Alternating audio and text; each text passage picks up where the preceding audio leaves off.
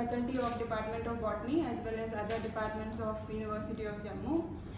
Well, today I feel delighted to propose a vote of thanks after such a wonderful and illuminating lecture by Professor Madhoolika Agrawal.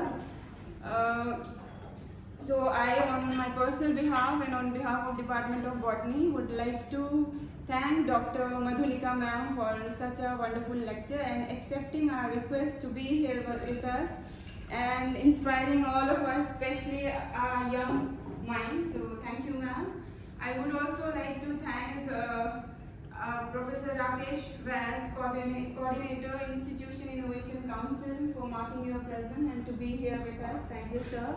My special thanks to Professor Yashpal Sharma sir, Coordinator SAP UGC, who was instrumental from the beginning in inviting ma'am from all the way from Banaras Hindu University, and for arranging all the travel and her stay here, and we could witness such a wonderful lecture, and we could get this opportunity to hear to ma'am, to listen to ma'am.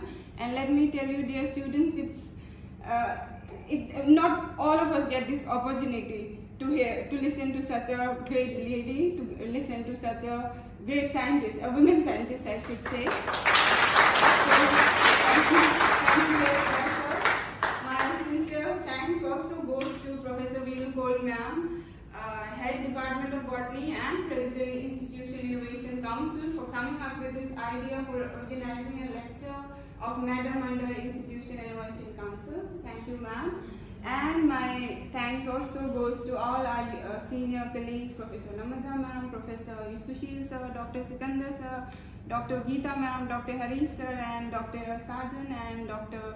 Romika. Thank you so much. Special thanks also goes to Mr. Azhar and Mr. Abhishek for covering up today's event. And last but not the least, all our research scholars and students of MSc first semester, as well as from students of other departments, for marking your presence today. Thank you so much. Thank you all. They will not follow it. You have to see or take the message that in totality you want to do this. Even some severe cases of medical, we help them in BHU hospital also, arranging their appointment with the doctor, or even if they are rather stop hair loss and graying. It's in weight management also, because fiber is very high in this. Good for anemic patients because it is rich in iron and reduces bad cholesterol. So all these things are there, but we only run after the spinach, which is not the Indian spinach. So where it is available in plenty, I am not saying that it should not be used, but where it is not available, that is very important. Now this is very nutritious food.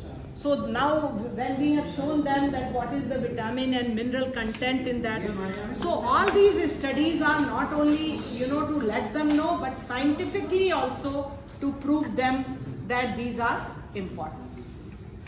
Wild cucumber, yeah. So this is all very natural thing which you find everywhere. It's nothing very great. आप इसी को रख लेना ना. सनहैम हमारे यहाँ है, सनहैम में हमारे यहाँ वही ट्रेडिशनल इस्तेमाल है, वो रस्सी बनाने वाला. हाँ, उसी का आजकल कम हो गया. नहीं, वो इस्तेमाल हो रहा है. खाने के लिए इस्तेमाल नहीं. Young and bud with edible flowers, इनकी सब्जी बहुत अच्छी बनती है. Flower, mature pods and seeds, collected young pods, flowers, and the recipes also.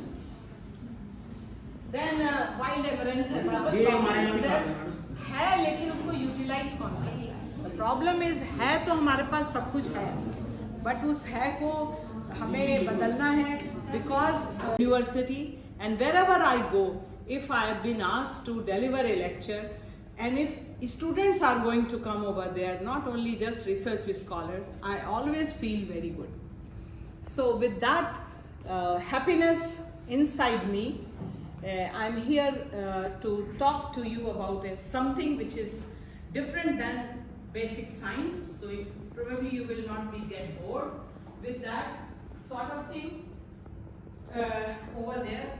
Everywhere in India India, we know that we have a lot of people still living in the rural areas. More than the urban areas, of course, the population is rising. So the rural health is a very important issue.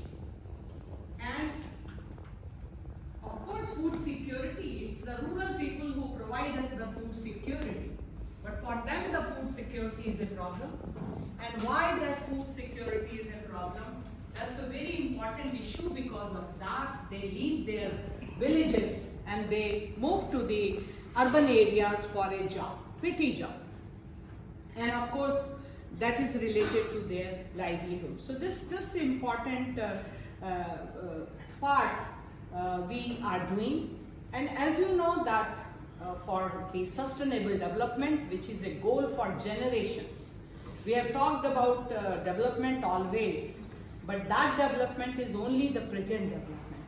We never thought of a future development initially, but thanks to the efforts after Rio de Janeiro Earth Summit, that we have started thinking in direction of sustainable development, which is simply a development which is also a development in for the generations to come. So this is very significant for the rural or agrarian country like ours. It's very important aspect for that. And as I said, about 64% of the Indian population is living in more than 6 lakhs village in India. Now, if you see this, sure. Yes, ma'am. Button on press. Okay. So if you see here that when we got independence, our population was lower, of course, and then it has increased the population. I'm talking about the rural population. So 64.61% of the total population of India is still in the rural area. Earlier it was 80%. So see, this what change has happened. So how this is changing in each year, that data is also available. So every year there is an increase in the urban population as compared to the rural population, basically for because of the migration and also for the livelihood chances. So sustainable development of our country is very important. And that development is only possible when we also develop our rural areas. When we provide those access of the resources or amenities in the rural areas also, so that they may not move to other areas. You all know another very important issue is the food security, which is also related with rural development. And especially for 3 of the most important SDGs related to the no poverty, zero hunger and good health, they are directly related to the rural development. So this data is that, this is world level, not India, that about 795 billion people, means less than 1 billion, are food insecure across the world, including India. And 2 billion people are suffering from micronutrient deficiencies.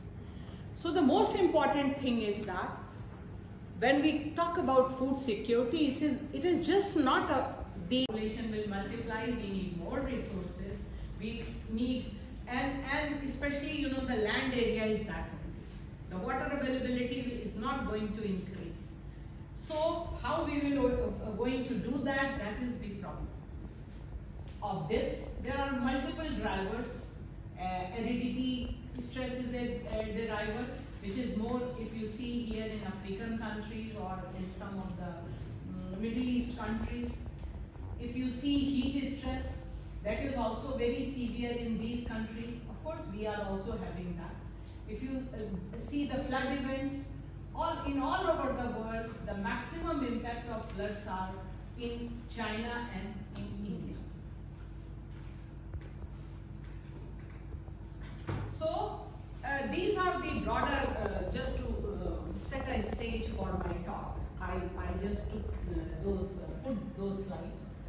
What I'm going to now talk about, that with our scientific work which we have done, how we intervened for the improving the rural well-being in the eastern UP. There is a team of myself there as a chairperson, as a principal investigator. Then we have one gynecologist from IMS, Dr. Madhu, one associate professor from home science, Mukta Singh, Dr. PC Abela. Please do. All the faculties do. Yeah.